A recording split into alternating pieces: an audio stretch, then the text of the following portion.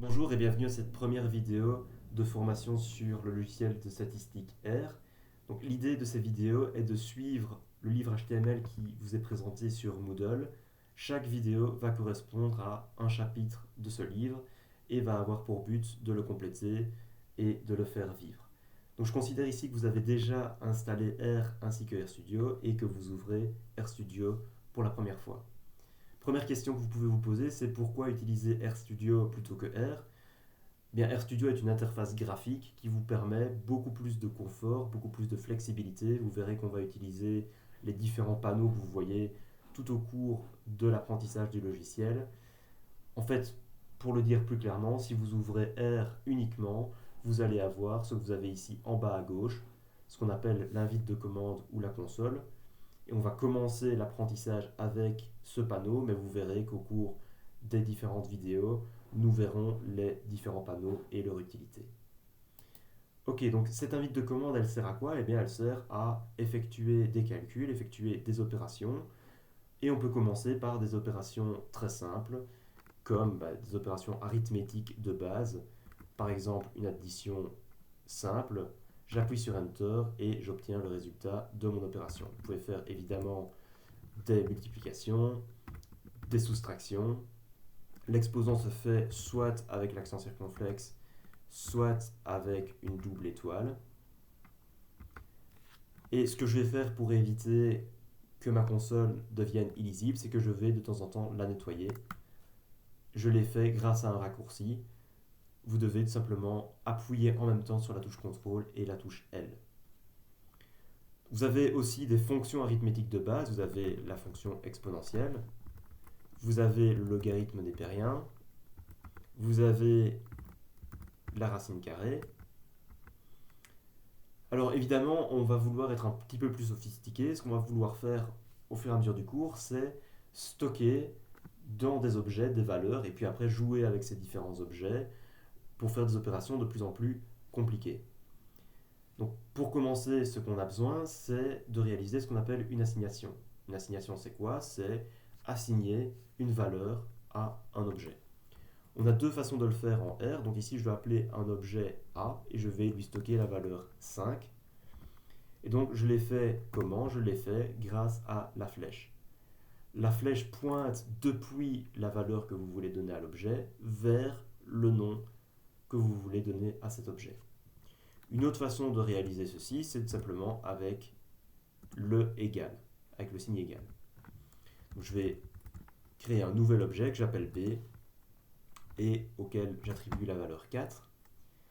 Et j'en profite pour montrer déjà un intérêt de RStudio qui se trouve dans le panneau en haut à droite, ici. C'est dans l'onglet Environment, vous voyez les objets qui ont été créés, vous voyez le nom ainsi que leur valeur. Donc ça sera intéressant évidemment quand vous avez créé pas mal d'objets de voir ce qui a été créé et vous aurez des informations plus ou moins complètes en fonction de la nature de votre objet. Un autre onglet que je vais vous montrer maintenant, c'est History, qui reprend simplement ce que vous avez effectué depuis le début de votre session. À partir de cet historique, vous pouvez renvoyer une ou plusieurs lignes dans la console. Vous voyez ici le bouton To Cancel. Pour renvoyer une ligne, je clique dessus, tout simplement.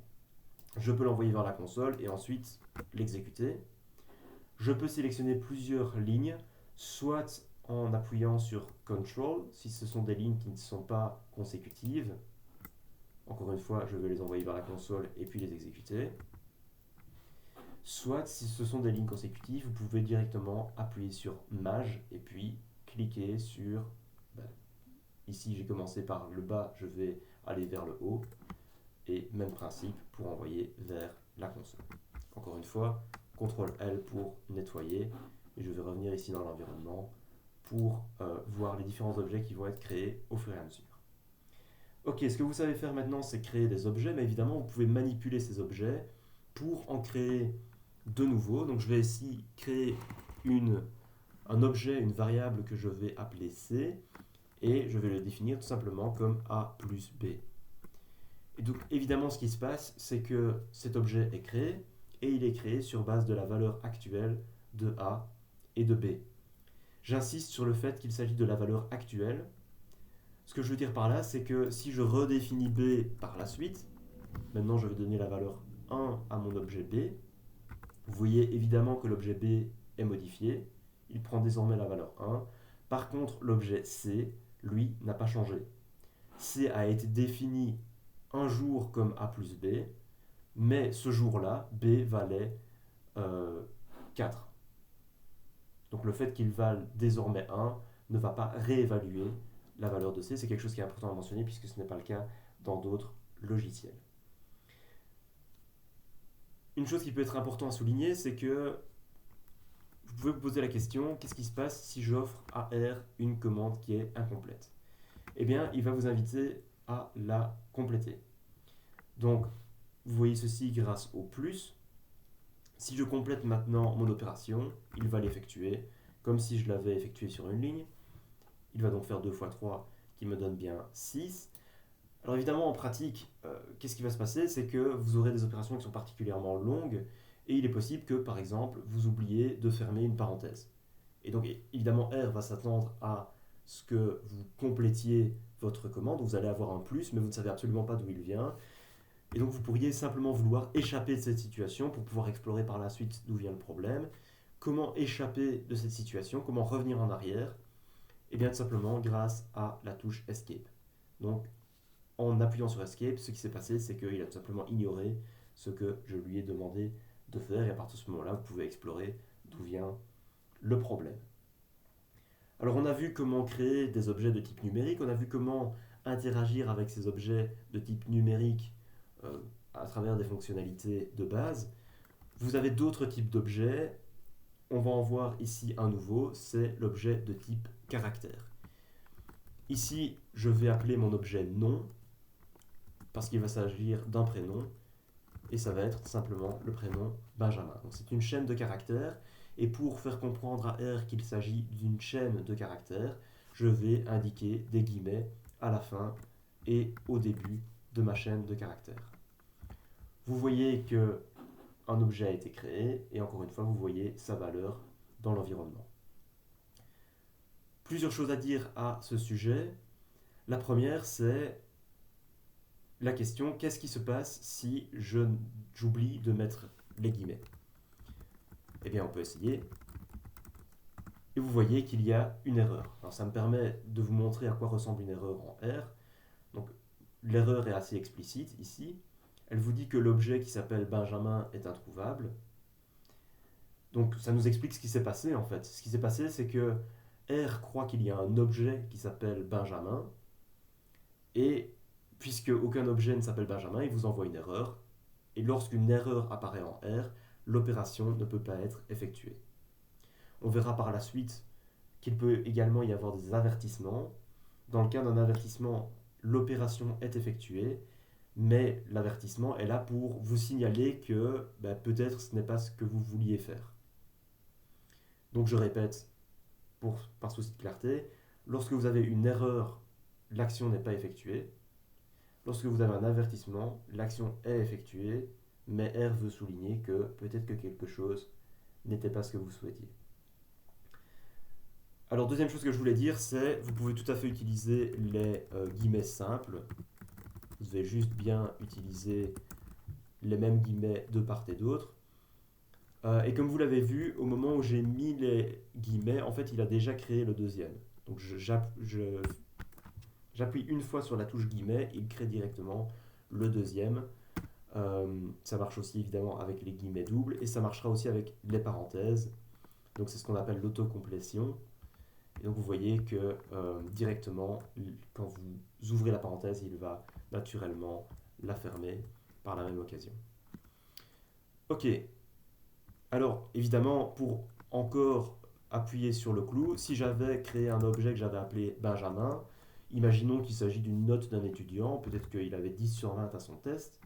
Donc je crée un objet Benjamin dans lequel je stocke la valeur 10. Et bien maintenant, si j'avais exécuter la commande juste au-dessus, et bien qu'est-ce qui se passe? Tout simplement, j'ai créé une variable nom dans laquelle j'ai stocké la valeur 10. Alors, deux fonctions qui vont pouvoir vous être utiles, c'est la fonction ls et la fonction rm. La première vous sert à quoi?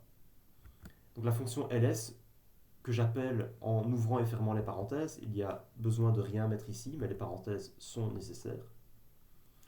La fonction ls va vous permettre de lister tout ce qu'il y a dans votre environnement. Alors évidemment, c'est un peu redondant par rapport à l'environnement ici, puisque vous avez une façon beaucoup plus visuelle ici grâce à l'onglet environnement, mais c'est toujours bon de savoir qu'avec la fonction ls, vous pouvez en fait avoir un listing de tout ce qu'il y a dans votre environnement. Si je n'avais pas mis les parenthèses, qu'est-ce qui se serait passé? Eh bien, il m'aurait tout simplement donné en fait l'intérieur de la fonction ls. Tout ce charabia, c'est tout simplement ce que fait la fonction ls une fois que vous l'appelez. C'est le code de la fonction ls en lui-même. Donc n'oubliez pas de mettre les parenthèses. Une autre fonction qui peut vous intéresser, c'est la fonction rm. Rm pour remove, et celle-ci vous permet de supprimer des objets. Donc ici, on va supprimer les objets nom et Benjamin. Donc chaque objet que vous voulez supprimer, vous pouvez l'ajouter après une virgule. Donc si j'exécute la commande, vous voyez dans l'environnement que les deux objets ont disparu. Si vous voulez vider et faire table rase, vous voulez vider l'entièreté de votre environnement, vous pouvez le faire à travers une commande, c'est tout à fait possible, mais je vous conseille de le faire de façon beaucoup plus simple avec cette brosse ici qui va vous permettre de supprimer tout ce que vous avez dans votre environnement. Alors puisque c'est une action qui est quand même assez dramatique, R vous demande une confirmation, vous le faites et R a supprimé l'entièreté des objets qu'il y avait dans votre environnement. Je vais pour la suite recréer les deux objets que j'avais créés. Benjamin A, je vais même aussi créer B, pour vous montrer une nouvelle fonction qui est la fonction str. La fonction str est simplement un raccourci pour structure et vous donne en fait la structure de la variable en question. Donc il vous dit ici que la variable a, c'est une variable qui est numérique et qui prend la valeur 5. Si je fais pareil pour la variable nom, il va me dire qu'il s'agit d'une variable de type caractère et qui prend la valeur Benjamin. Alors, c'est tout ce que je voulais dire sur ce premier chapitre. Le prochain chapitre, on va voir le fonctionnement des vecteurs. On verra aussi un petit spoiler par rapport au livre HTML parce que je commencerai en fait par la section 3.2 du livre qui vous apprend à utiliser le panneau qui se trouve juste au-dessus, c'est-à-dire le script.